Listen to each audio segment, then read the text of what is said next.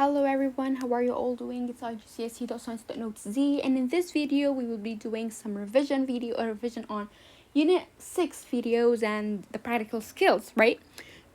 So after we finish the practical skills of Unit 6, we will be going to, not in this video, but the next video will be about solving and going deep into the solving because there is no much time. It's already the 10th or 9th of March. So let's get started. Okay, so here are the notes. Some notes, Unit 6 notes. You're going to find them in the Igcse.science.notesz Telegram channel. We've covered some, and we're currently going to start with this. Not start, we're going to finish. We've done already those 4, and if you would like to screenshot them and study from them. Okay, we're currently going to complete. Okay. So, what are the effects of different antibiotics on bacteria? The independent is the antibiotic, while the dependent is the diameter of the inhibition zone, okay?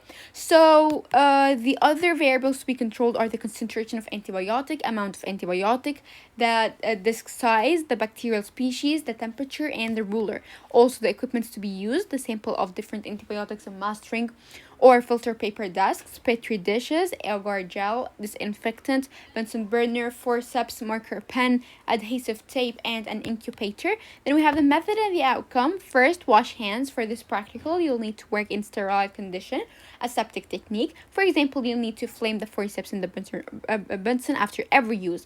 Then, prepare an agar plate seated with bacteria. Label the petri dish on the base of the edge with your name, the date, and the type of bacterium it is included with. Flame the forceps and then use them to pick up an antibiotic disc or a mass ring. Raise the lid of the petri dish and place the mass ring firmly in the center of the agar. If individual do not seal it completely, then keep it upside down at 30 Celsius for 48 hours. After incubation, look carefully at the plate but do not open it. Where bacteria have grown, the plate will look opaque, but where the antibiotics have inhibited growth, clear to indicate which antibiotic is most effective at inhibiting the growth of bacteria. Outcome, basically, we need to measure the diameter of the inhibition zone in millimeters and use this information to decide which antibiotic is most effective at inhibiting. The outcome is that dependent on bacterial species used and antibiotic use. For example, E. coli is gram-negative and often not often susceptible to penicillin, which is effective mainly with gram-positive species. And the larger the inhibition zone, the more effective the antibiotic against that species.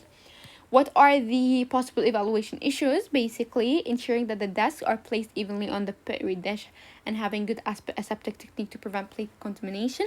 Also, age of antibiotic. If the antibiotic used is out of date, it's likely to be less effective. Repeats and accuracy of incubation, temperature, and time. Measuring the rate of oxygen uptake. No number of organisms, temperature, time, amount of soda lime are the other variables to be controlled. Equipment, respirometer, soda lime, color liquid, 5-gram organisms, for example, maggots, germinating peas, and wood lice, cotton wool, stop clock, and mark pen. We will be placing 5 grams of organisms, maggots for example, into the tube and replace the bung. Introduce a drop of eye into glass tube, open the condition 3-way tap with a C-ring and move the fluid to convenient place on the pipette, for example, toward the end of the scale that is furthest from the test tube. Mark the starting position of the fluid on the pipette tube with permanent OHT pen. Isolate the respirometer by closing the connection to the C-ring and the atmosphere and immediately start the stop clock.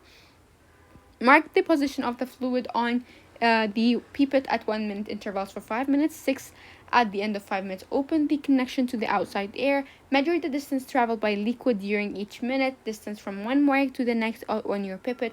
If your time does not have volumes marked onto it, you will need to cover the distance moved into the next of your pipette. And as you see over here, remember volume used by R2 time distance by R squared. By R2. Time distance. Outcome, as you see over here.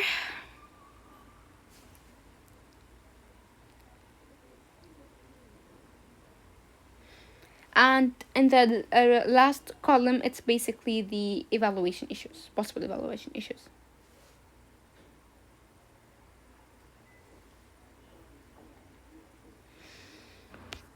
Here are the effects of exercise on tidal volume and breathing rate. You will need spirometer, chymograph, disinfectant, eye protection, soda lime, and here is the how we do it and the outcome.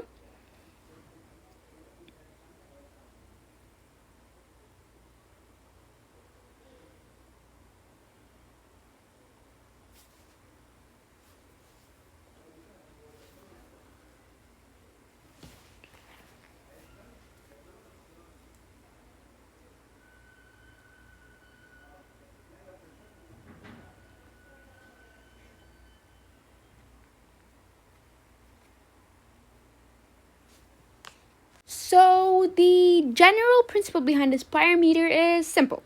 It's effectively a tank of water with an air-filled chamber suspended in the water. It's set up so that adding air to the chamber makes the lid of the chamber rise in the water, and removing air makes it fall. Movements of the chamber are recorded using a chymograph, pen writing on a rotating drum. Tubes run from the chamber to a mouthpiece and back again. Breathing in and out through the tubes make the lid of the chamber fall and rise. Volume of air the person inhales and exhales can be calculated from the distance the lid moves. A apparatus can be calibrated so that the movement of the lid corresponds to a given volume. A canister containing soda lime is inserted between the mouth pipe and the floating chamber. This absorbs the carbon dioxide that the subject exhales. In which direction will the pen move when the subject inhales? After calibration, the sperm is filled with oxygen. This infected mouthpiece is attached to the tube with the tap position so that the mouthpiece is connected to the outside air. The subject to be tested puts a nose clip on, places the mouthpiece in with their mouth and breathes the outside air until they are comfortable with breathing through the tube. Switch on the recording apparatus, and at the end of the exhale breath, turn the tap so that the mouthpiece is connected to the spirometer chamber. The trace will move down as the person breathes in. After breathing, normally the subject should take as deep a breath as possible and then exhale as much air as possible before returning to normal breathing. See trace example below, as you see over here. Here is the sketch of a trace showing normal breathing in and one forced breathing out. What is the outcome? Tidal volume is the volume of air breathed in and out in one breath at rest. Tidal volume for most adults is about only 0.5 decimeter cube. Vital capacity is the maximum volume of air that can be breathed in or out of the lungs in one forced breath.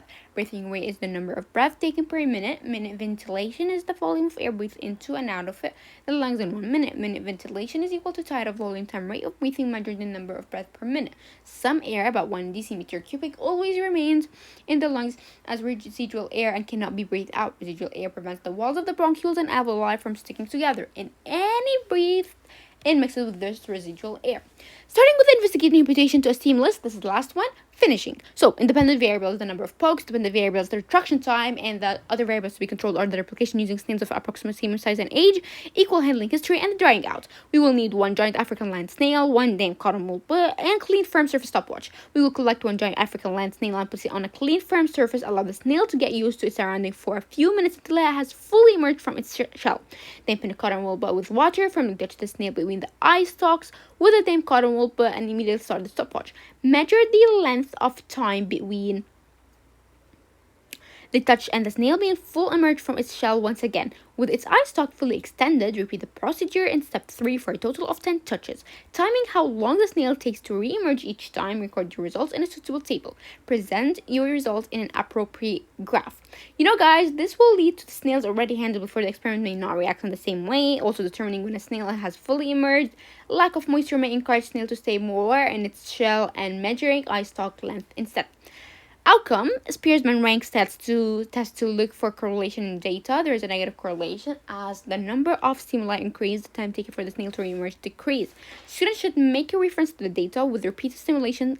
CA2 plus channels in the presynaptic membrane become less responsive. Less CA2 plus crosses the membrane into the presynaptic sensory neuron, and as a result, less neurotransmitter is released into the synaptic cleft, which means that an action potential across the postsynaptic membrane is less likely. So fewer action potential are produced in the postsynaptic motor neuron, so less of a response is observed. This is the end of this video. I hope you find it useful, and I hope you find the Telegram channel useful as well.